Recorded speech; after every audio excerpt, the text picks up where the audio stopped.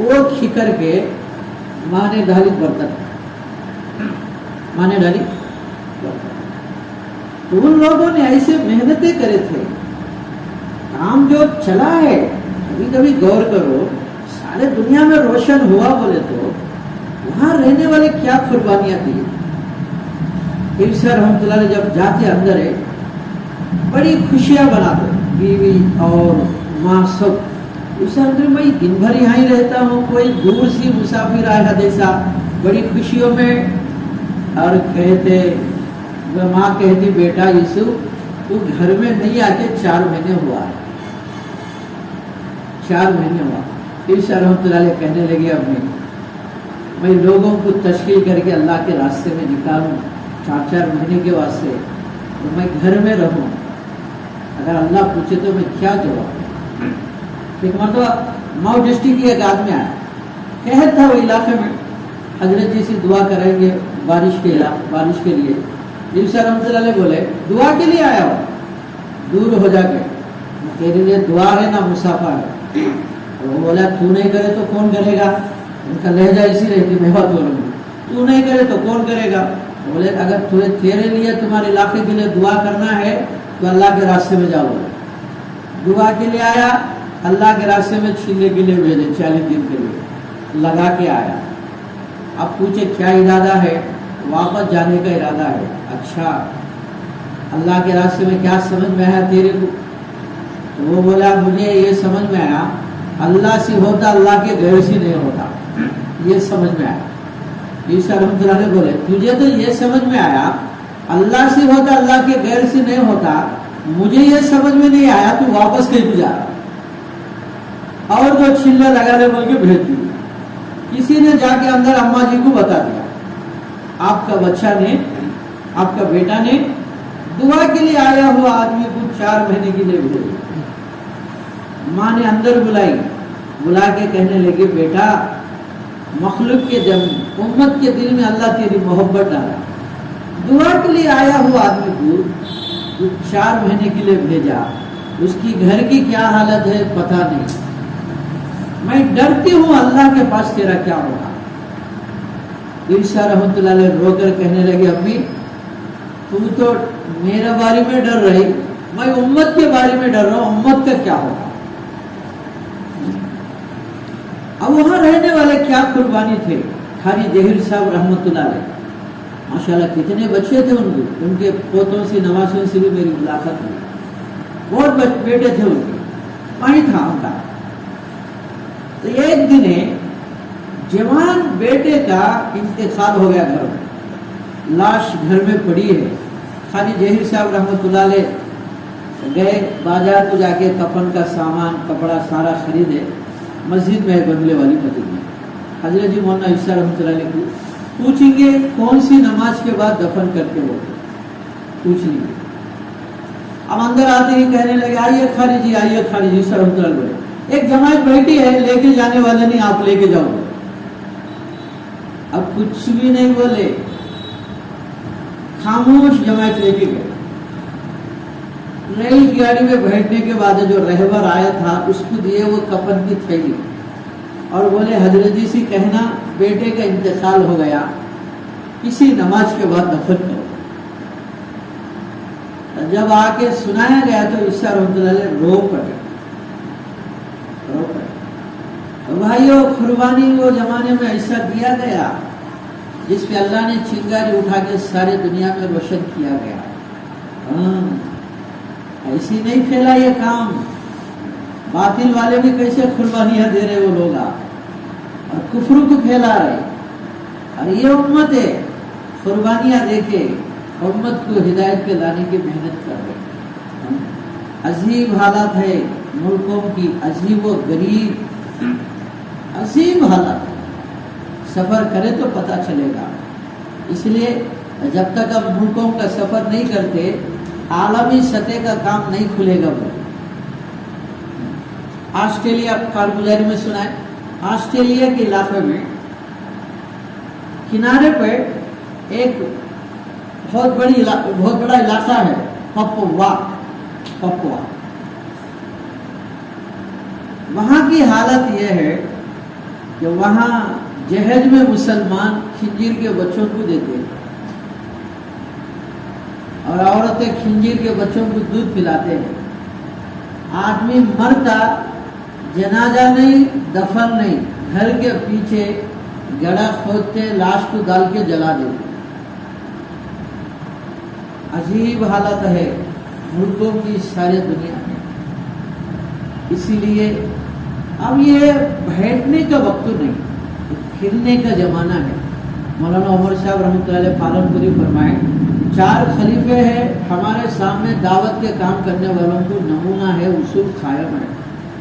فتنوں کا دور ہے, صدیق اکبر جو کام کرے وہ ہم کرنا ہے.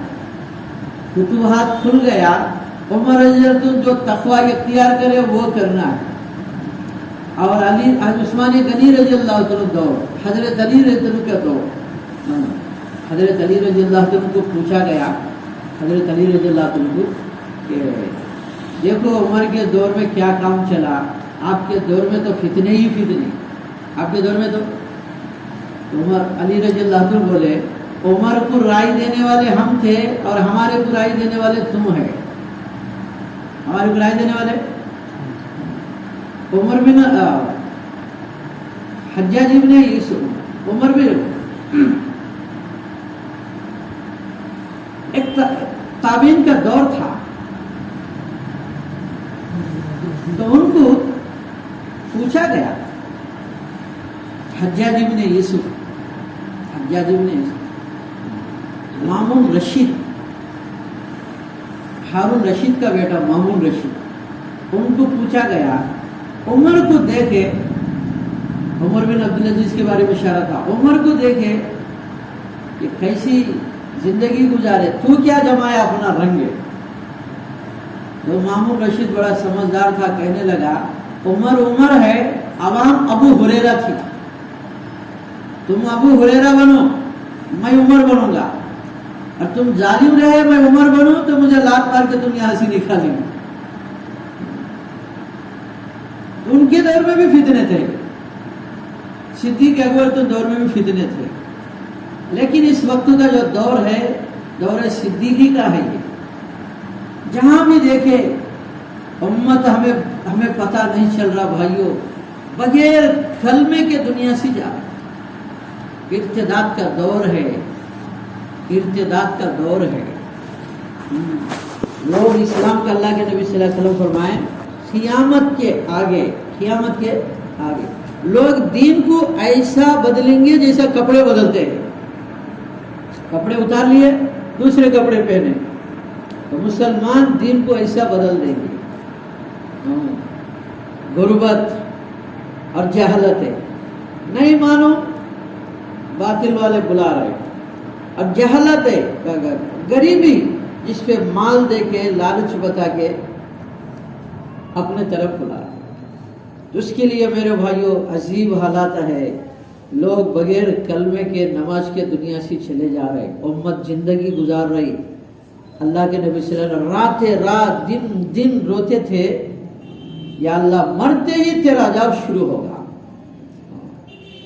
تو اس کے لیے بھائی اللہ کا شکر ہے, لاک ڈاؤن کے بعد کیا بتانا, ہمارا ضلع میں تو بھر مار جماعتیں نکل رہے. اللہ کا بہت شکر ہے, پورا ہندوستان کی کارگزاری میں ہمارا ضلع آگے ہے, اور بلکہ بتاؤں پورا ورلڈ میں ہمارا ضلع آگے ہے. کیونکہ ہمارے ملک میں جو آگے ہے تو ملکوں میں کیا ہے, تو ہمارا ضلع ہمارے بڑے اللہ جزائے خیر دے. بیچارے ہر جگہوں پہ جا کے بڑی قربانیاں دیے, ساتھیوں کو بھی حرکت پہ لائے. ہر جگہ ہر پیر کو اتوار کو جماعتیں پہنچ رہے, 10-12 جماعتیں. ابھی بتایا ہمارے تجدد والے 10 جماعتیں تھے, ہر اتوار کو جماعتیں آ رہے, اور پیر کے دن روانگی کے آداب سن کے روانہ ہو رہے. ہر ماہ جماعتیں نکل رہے. اس کے لیے بھائی زمانہ بیٹھنے کا نہیں.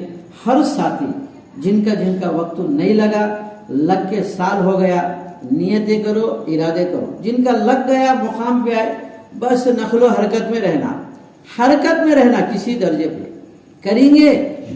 کون کریں گے, کب تک کریں گے, موت تک کرنے کے لیے تو پھر لگانا ہے نا بھائی. کیا بھائی کیا یاسین بھائی ماشاءاللہ کہیں کا ہے 5 سال 6 سال تمہیں ہے سو سیکھنے کے لیے تو ہے نا کیا بھائی ہر کام سیکھنے سے آتا ہے پھر اللہ کا دین بھی اللہ کے راستے میں نکل کے سیکھنا ہے بولو الصلاۃ والسلام علی رسول اللہ صلی اللہ علیہ وسلم اللهم صل على محمد وعلى آل محمد وسلم اللهم حاسبنا حسابا يسيرا اللهم بارك لي في الموت وفيما بعد الموت یا قدیم یا دام یا فرد یا وتر یا احد یا صمد یا اللہ یا رحمان یا ذا الجلال والاکرام یا نور السماوات والارض وما بینهما ورب العرش العظیم یا ربی لک الحمد کما ینبغی لجلال وجهک وعظیم سلطانک یا اللہ رحم کا کرم کا عافیت کا معاملہ فرما سیئات کو حسنات سے مبدل فرما قدم قدم پہ رہبری فرما دستگیری کا معاملہ فرما غفاری کا معاملہ فرما مالک تیرا قہار کے معاملے سے ہماری حفاظت فرما تیری پکڑ آئی وقت کے بڑے بڑے بچ نہیں سکے کوئی بچا بھی نہیں سکے ہم تیرے پکڑ کے قابل نہیں ہمیں بڑے کمزور ہے اتنے کمزور ہے ہمارے پاس ایسا ایمان نہیں ایسے اعمال نہیں جس کو پیش کر کے ہم جنت کو مانگے ہم نے اللہ جنت مانگنے کے قابل نہیں جہنم میں جلنے کے بھی قابل نہیں ذرا سا آگ دنیا کا لگے تو یا اللہ ہائے ہائے کرتے ہیں کہ اللہ جہنم کی آگ کسی وقت بھی میرے مالک خاموش نہیں رہتا یا اللہ ہمیں معاف فرما دے ہمیں معاف فرما دے تیرے نبی کے آنسوؤں کے طفیل پوری امت پہ رحم کر دے پوری امت پہ رحم کر دے اے اللہ تیرے نبی نے فرمائے اپنے بیوی عائشہ اماں عائشہ سے عائشہ جتنے عذابات ہیں جہنم کے میں دیکھا ہوں سب سے گھبراہٹ والا عذاب خبر کا ہے خبر میں تنہا پڑے رہنا ہے کوئی ہمارے پاس آ سکتے نہیں ہم کسی کے پاس جا سکتے نہیں اندھیرے کا گڑھا ہے کیڑے مکوڑوں کا گھر ہے سانپ بچھو کا گھر ہے میرے مالک ہمیں اللہ برداشت نہیں کر سکیں گے ہمیں بچا لے امت کو بچا لے جتنے ایمان والے چلے گئے خبروں میں پڑے ہوئے میرے اللہ ان سب کی مغفرت فرما ان سب کی مغفرت فرما آقا محمد صلی اللہ علیہ وسلم سے لے کر جتنے ایمان والے چلے گئے ساروں کی مغفرت فرما اگر جائز ہے تو آدم علیہ السلام سے لے کر اب تک جتنے مسلمان دنیا سے جا چکے ہیں ساروں کی مغفرت فرما ہر ایسی مدد فرما یا اللہ جو ارادہ نہیں کرے جو ارادہ کرے سب کو قبول فرما ہر ایک کو نکلنا آسان فرما یہاں سے دین کے چشموں کو جاری فرما اس مسجد کو آباد فرما جتنے مسجدیں ہیں اللہ ہر مسجد میں دین کے چشموں کو جاری فرما اس بستی پر خصوصی رحمت نازل فرما ہدایت کی ہوائیں چلا دے اللہ یہ لوگ آئے اللہ وہاں سے اللہ چلگر پیٹ مرکز سے یہاں پہ بڑی قربانی دے کر آ رہے ہیں ہر ہفتہ آ رہے ہیں ان کا آنے کو قبول فرما ان کے قدموں کو اللہ ایک ایک اللہ علاقے میں اللہ گلیوں میں پڑھنے کو قبول فرما اللہ ان کی محنتوں کو قبول فرما گشت ملاقاتوں کو قبول فرما ہدایت کو عام فرما اے اللہ ان ساتھیوں کو عمروں میں برکت دے دے کمائیوں میں برکت دے دے میاں بیوی میں محبت ڈال دے اولاد کو نیک اور ایک بنا دے ہر ایسی مدد فرما اس مسجد میں بھی جو ساتھیاں ہیں ان کی عمروں میں برکت دے محنت کرنے والوں کے فکروں میں ترقی کر محنت میں اضافہ فرما مالک ہماری دعا آقا محمد صلی اللہ علیہ وسلم کے طفیل میں قبول فرما سبحان ربک رب العزت عما یصفون والسلام علی المرسلین والحمد للہ رب العالمین